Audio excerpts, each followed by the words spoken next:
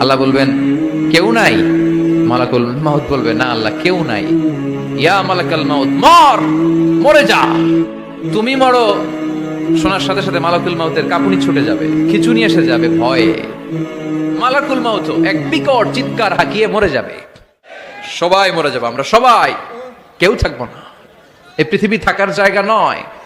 কিয়ামতের সময় আল্লাহ তাআলা মালাকুল মাউতকে বলবেন সবার রূহ কবজ করে ফেলো, সবার, কেউ থাকবে না, সবার রূহ কবজ হয়ে যাবে। আল্লাহ মালাকুল মাউতকে বলবেন মালাকুল মাউত কি অবস্থা? বলবে সব শেষ। মাইয়াবকা, কে বাকি? মালাকুল মাউত বলবে জিনেরা বাকি, যাদেরকে দেখা যায় না। আল্লাহ বলবেন জিনদেরকেও শেষ করে ফেলো, রূহ কবজ করো। মালাকুল মাউত আজরাইল জিনদের রূহ কবজ করবে। আল্লাহ এবার জিজ্ঞেস করবে ইয়া মালাকাল মাউত আখবিরনি মাইয়াবকা, এবার বলো আর কে বাকি?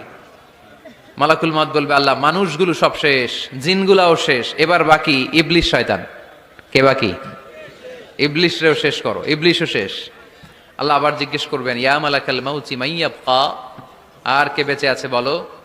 মালাকুল মাউত বলবে আল্লাহ আপনার কথা অনুযায়ী পৃথিবীর সব মানুষের রূহ কবজ করলাম, সব জিনদের রূহ কবজ করলাম,